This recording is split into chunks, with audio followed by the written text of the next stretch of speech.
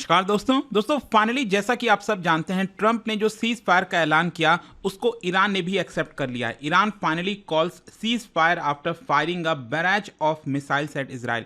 तो क्या हुआ है कि सीज फायर होने के पहले मतलब ट्रंप ने अनाउंस तो कर दिया था, लेकिन ईरान ने अभी तक अनाउंस नहीं किया था और उसने यहाँ पर काफ़ी सारे मिसाइल्स दागे इजराइल के ऊपर और उसके बाद सीज फायर का ऐलान कर दिया। मतलब जो भी है फ्रस्ट्रेशन होगा, मिसाइल दागना होगा, डोमेस्टिक ऑडियंस को दिखाना होगा। खैर अब क्वेश्चन यहाँ पर यह है कि ये जो सीज फायर हुआ है, ध्यान रखिएगा ये वॉर खत्म हुआ है, अभी भी कॉन्फ्लिक्ट खत्म नहीं हुआ है। ये कहते हैं ना जो परमानेंट सोल्यूशन जिसकी बात कही जा रही थी वो शायद आपको देखने को नहीं मिलेगा। और इसीलिए प्रश्न उठता है कि ये जो इजराइल ईरान का वॉर हुआ इसमें जीत किसकी हुई, हु वॉन दी वॉर। और इसी को हम थोड़ा डिटेल से चर्चा करेंगे, आपको एक इंसाइट देने की कोशिश करूंगा कि आगे क्या हो सकता है। काफी कुछ जानने को है, चलिए आगे बढ़ते हैं। लेकिन दोस्तों उससे पहले आप सबको बता दूं, आप में से जो भी एस्पिरेंट्स यूपीएससी की तैयारी कर रहे हैं, चाहे वो अगले साल के लिए हो 2026 का बैच या फिर उसके अगले साल 2027 का batch long term morning batch, ये आप अवेल कर सकते हैं। स्टडी आईक्यू पर ये बैच इस समय जारी है। इससे रिलेटेड कोई भी अगर आपको जानकारी चाहिए, कोई तकलीफ होती है, प्रॉब्लम है, तो ये मेरी पर्सनल टीम बैठी है यहाँ पर। इस फोन नंबर पर कॉल करिए और आपके जितने भी डाउट्स हैं सॉल्व हो जाएंगे। ध्यान रखिएगा ये जो बैचेस होते हैं इसमें प्रीलिम्स, मेंस, इंटरव्यू सब कुछ की कंप्लीट प्रिपरेशन कराई जाती है। अगर आप ऑप्शनल के भी कोई कोर्स लेना चाहते हो, चाहे वो पॉलिटिकल साइंस, सोशियोलॉजी, ज्योग्राफी, ये सभी स्टडी आईक्यू पर अवेलेबल है। चलिए शुरुआत करते हैं। देखिए पहले एक बार जल्दी से टाइमलाइन देख लेते हैं। आप सब जानते हैं कि ये जो पूरा वॉर हुआ करीब 12 दिन तक चला है। तो स्टार्टिंग के दिनों में अगर आप देखोगे तो 13 जून से ये वॉर स्टार्ट हुआ था। और ये वॉर स्टार्ट इसीलिए हुआ क्योंकि इजराइल का ऐसा कहना था कि ईरान जो है वो बहुत जल्द न्यूक्लियर बॉम्ब बनाने वाला है। जो यूरेनियम का एनरिचमेंट है वो काफी तेजी से बढ़ रहा था। एंड इसी को देखते हुए इजराइल ने लॉन्च कर दिया 13 जून को ऑपरेशन राइजिंग लायन। और इसी के तहत ईरान के कई सारे ठिकानों पर, 100 से ज्यादा ठिकानों पर, चाहे वो आईआरजीसी के कमांड सेंटर्स हो गया, उनके जो एसेट्स हो गए, एंड स्पेशली जो न्यूक्लियर साइट्स हैं वहां पर हमला करना स्टार्ट कर दिया। और इसमें भी क्या किया गया, जो इजराइल के F-35 स्टेल्थ फाइटर जेट्स थे उनका भी यूज किया गया। वो ईरान के टेरिटरी में गए और वहां पर जाकर हमला करना स्टार्ट किया।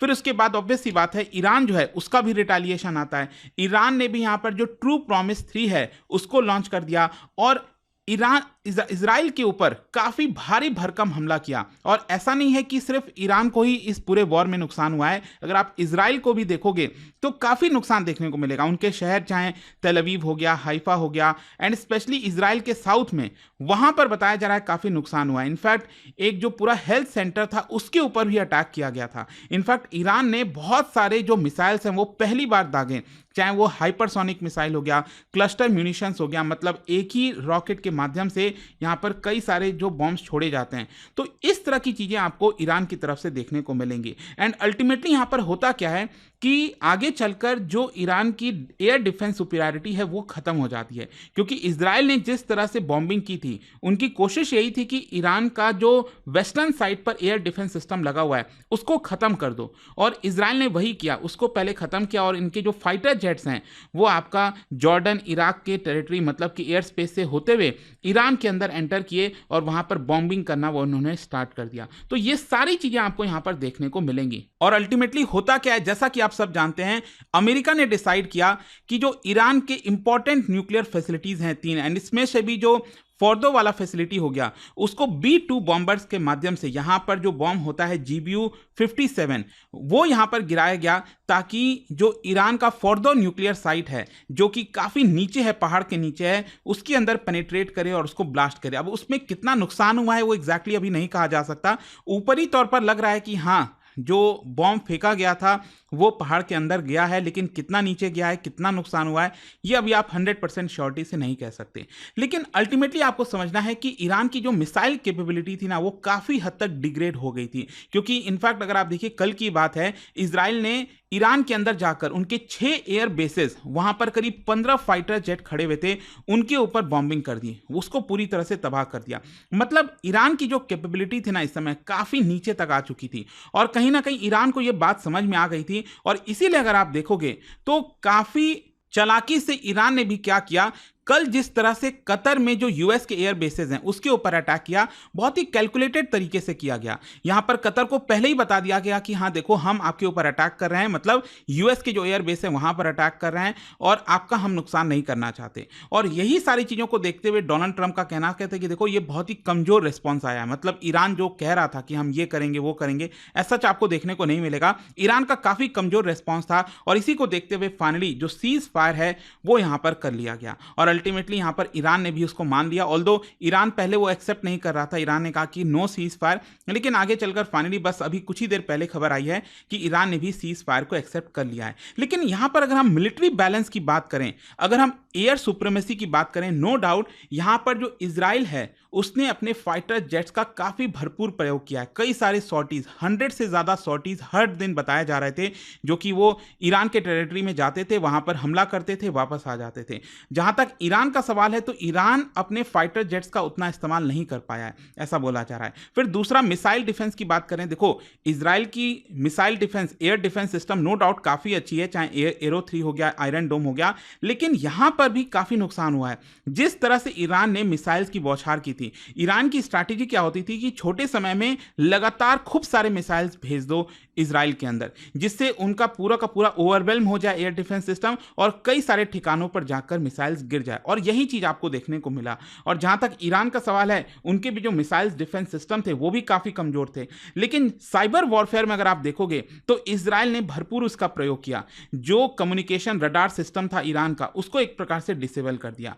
जहां तक कैजुअलिटीज का सवाल है, देखो ईरान के अंदर तो बताया जा रहा है कि 800 से ज्यादा लोगों की मृत्यु हुई है। जहां तक इजराइल का नंबर है तो देखो कुछ 20-30, मतलब एग्जैक्टली नंबर आगे चलकर पता चलेगा, लेकिन यहां पर भी नुकसान हुआ है। हो सकता है 40-50 लोग मारे गए होंगे इजराइल के अंदर, लेकिन नो डाउट ईरान में बहुत से लोगों की मृत्यु हुई है। न्यूक्लियर कैपेबिलिटी का सवाल है तो देखो इजराइल की न्यूक्लियर कैपेबिलिटी जो है वो इंटैक्ट है, और ईरान की जो न्यूक्लियर कैपेबिलिटी, मतलब जो एनरिचमेंट करने की कोशिश कर रहा था, उसके ऊपर काफी नुकसान हुआ है। तो क्वेश्चन अब ये आता है, देखो अगर हम इस तरह से देखें तो यहां पर अगर पूछा जाएगा कि कौन ये वॉर को जीता, तो ऐसे आप कह सकते हैं कि हां यहां पर एडवांटेज मिला है इजराइल को, लेकिन क्या ये लंबे समय तक रहेगा? मतलब क्या एक्चुअल में वॉर इजराइल ने जीता?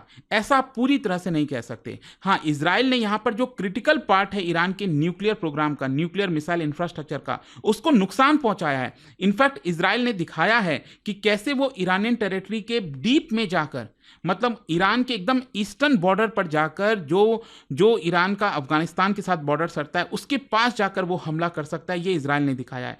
और कहीं ना कहीं ये डिटरेंस पावर यहां पर दिखाने की कोशिश की है इस पूरे रीजन के अंदर। तो इस हिसाब से इजराइल को काफी ज्यादा फायदा हुआ है। लेकिन दूसरी तरफ यहां पर जो कहा जा रहा था ना कि ईरान को पूरी तरह से खत्म कर दिया जाएगा, वो आपको देखने को नहीं मिलेगा। मतलब ईरान ने भी यहां पर स्ट्रैटेजिक रेजिलियंस दिखाया है, ईरान ने भी दिखाया है कि अभी भी हम खड़े हुए हैं, हम पूरी तरह से खत्म नहीं हुए हैं। मतलब ये बात जो कही जा रही थी ना कि रिजीम चेंज किया जा सकता है, लीडरशिप चेंज किया जा सकता है, वो आपको देखने को नहीं मिलेगा। तो उस मायने में ईरान के लिए एक मोरल बूस्टर है। फिर यहां पर जो न्यूक्लियर नो हाउ है वो अभी भी ईरान के पास है। देखो भले ही यहां पर उनके साइट्स पर नुकसान पहुंचाया होगा, लेकिन जो नॉलेज है न्यूक्लियर वेपन बनाने की, यूरेनियम एनरिचमेंट की, वो थोड़ी आप छीन सकते हो, वो थोड़ी आप खत्म कर पाओगे। तो वो आपको अभी भी देखने को मिल सकता है। और साथ ही साथ ईरान की जो प्रॉक्सीज हैं, चाहे हिजबुल्ला होती, इराक में अंदर जो ग्रुप्स हैं, वो सब अभी भी ईरान के साथ खड़े हुए हैं। तो इसी की वजह से यहां पर यह कहना मतलब सही नहीं होगा कि कोई एक पर्टिकुलर पार्टी ने 100% जीत हासिल की है। मतलब कोई आपको क्लियर विनर इसमें देखने को नहीं मिलेगा, क्योंकि ईरान को यहां पर सिग्निफिकेंट डैमेज हुआ है, लेकिन वो पूरी तरह से कोलैप्स नहीं हुआ। इजराइल दिख सकता है एक बार देखने के लिए कि हाँ उसने बैटल जीता होगा, लेकिन ध्यान रखिएगा लॉन्ग टर्म में, जो मैं आपसे आगे डिस्कस करूंगा कि आगे क्या हो सकता है, वो कहीं ना कहीं इजराइल के लिए खतरनाक हो सकता है। रीजनल इंस्टेबिलिटी अभी भी यहां पर आपको जारी देखने को मिलेगी। तो क्वेश्चन अब ये आता है कि व्हाट नेक्स्ट, मतलब ये इस महीने जो इजराइल ईरान का वॉर देखने को मिला, इसके आगे क्या है। देखो सबसे पहला है ईरान की तरफ से, ईरान क्या स्ट्रैटेजी यहां से अपनाएगा वो देखने वाली बात होगी। क्योंकि देखो नो डाउट ईरान को ये बात समझ में आई है कि जिस तरह से वो चीज़ों को वर्क कर रहा था पहले, वो अब कंटिन्यू नहीं कर सकता। अब उसको दूसरे तरीके से चीज़ों को अप्रोच करना पड़ेगा। तो यहाँ पर सबसे पहला ये है कि ईरान जो है अपना न्यूक्लियर प्रोग्राम बहुत ही सीक्रेटिव तरीके से चलाने की कोशिश करेगा। अभी तो क्या है कि सबको पता था, हाँ, कि जो देखो नतांज है, फोर्दो है, इस्फहान है, ये सारे न्यूक्लियर साइट्स हैं। लेकिन आगे चलकर बहुत मुश्किल होने वाला है कि ईरान अपना जो न्यूक्लियर प्रोग्राम है वो किस जगह पर चला रहा है, वो ढूंढना, वो पहचानना, वो बहुत मुश्किल होने वाली है। और जो आपका IAEA है, इंटरनेशनल एटॉमिक एनर्जी एजेंसी, उनके जो पहले पर्सनल आया करते थे, ईरान में रहते थे, उसको इंस्पेक्ट करते थे, अब शायद उसको अलाउ नहीं किया जाएगा, क्योंकि ईरान को यह बात पता है कि इन्हीं के माध्यम से सब कुछ लीक हो जाता है कि आखिरकार ईरान कर क्या रहा है।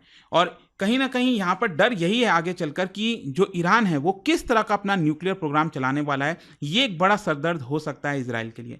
फिर यहाँ पर जो उसके प्रॉक्सीज हैं, हिजबुल्लाह है लेबनान में, हौतीज़ हैं यमन में, इराक के अंदर जो उनके कई सारे ग्रुप्स हैं, वो अब कहीं ना कहीं एक्टिव होना स्टार्ट करेंगे। हो सकता है कि अभी नहीं, लेकिन धीरे धीरे करके जो इनडायरेक्ट वॉर है, हो सकता है कि आगे चलकर ईरान जो है वो डायरेक्ट अटैक ना करे इजराइल के ऊपर, लेकिन अपने प्रॉक्सीज के माध्यम से इस तरह के अटैक कराने की कोशिश करें। और इसी की वजह से टेररिज्म का खतरा, मतलब दुनिया भर में जहां जहां पर जूइश पीपल हैं, इजरायलीज हैं, उनके ऊपर हमला देखने को मिल सकता है। ये यहां पर कहीं ना कहीं बताया जा रहा है।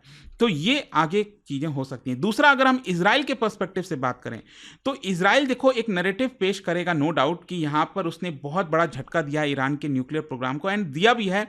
लेकिन अल्टीमेटली क्या उसका आगे का फ्यूचर का जो प्लान था, क्योंकि इजराइल क्या कह रहा था, हम एक परमानेंट सोल्यूशन चाहते हैं, तो क्या आपको लगता है ये परमानेंट सोल्यूशन है? क्योंकि अब देखिए क्या है कि जो प्रॉक्सीज की मैं बात कर रहा था, वो अब धीरे धीरे करके इनडायरेक्ट तरीके से इजराइल के ऊपर हमला करने की कोशिश करेंगे। तो इजराइल में जो लोग हैं वो भी परमानेंट पीस चाहेंगे, परमानेंट सोल्यूशन चाहेंगे। तो उसमें देखना होगा कि इजराइल की सरकार क्या करती है। और जो ट्रंप है, जहां तक ट्रंप का सवाल है, उन्होंने बढ़ चढ़कर खुलकर इजराइल का साथ दिया है। तो एक प्रकार से कॉन्फिडेंस भी बिल्ड होगा इजराइल के लिए कि हाँ, अमेरिका हमारे साथ खड़ा हुआ है। लेकिन जहां तक सवाल है ग्लोबल डिप्लोमेसी का, पावर रीअलाइनमेंट का, तो सबसे पहले तो मैं आपको बता दूं, किसी भी प्रकार का एग्रीमेंट यहां से अब ईरान नहीं करेगा। मोस्ट प्रॉब्ली यही देखने को मिलेगा। 2015 में आपको याद होगा, ओबामा के समय में JCPOA, joint comprehensive plan of action, किया गया था वेस्टर्न कंट्रीज और ईरान के बीच में, ताकि ईरान जो है वो यूरेनियम एनरिचमेंट एक लिमिट तक ही करेगा, उससे ज़्यादा नहीं करेगा। तो यहां पर क्या है कि अब आगे से ईरान और ज़्यादा सतर्क हो जाएगा और वेस्टर्न कंट्रीज के द्वारा ब्रेक किया हुआ कोई भी एग्रीमेंट जो है उसको ज्वाइन नहीं करेगा। मोस्ट प्रॉब्ली ये चीज़, मतलब JCPOA आज के डेट में एक तरह से डेड हो गया है। और IAEA जो मैं आपको बता रहा था ना, उसको भी एक्सेस शायद नहीं मिलेगा। जहां तक ग्लोबल डिप्लोमेसी का सवाल है, तो देखो चाइना और रशिया, ये हो सकता है कि अपना रिश्ता जो है ईरान के साथ और ज़्यादा डीप कर दें। Military aid, energy cooperation, cyber capabilities, और हो सकता है कि ईरान को देने की कोशिश करें फ्यूचर को देखते हुए। और जो सुन्नी गल्फ स्टेट है, चाहे सऊदी अरब है, UAE है, वो हो सकता है कि अपना अलाइनमेंट इजराइल की तरफ धीरे धीरे करके और ज़्यादा बढ़ाएं। मतलब जो अब्राहम अकॉर्ड है, वो उसको और मजबूती मिल सकती है। सऊदी अरब हो सकता है कल के डेट में इसको ज्वाइन कर दे। तो वो सब कुछ देखना होगा, क्योंकि अल्टीमेटली उनको भी पता है कि जो ईरान है वो शियाइट मुस्लिम कंट्री, मेजॉरिटी कंट्री है, तो उनसे हमेशा इन लोगों का इश्यूज चलता रहता है। तो समरी यहां पर क्या निकलती है, कंक्लूजन ये निकलता है, the war may be over but the conflict is not.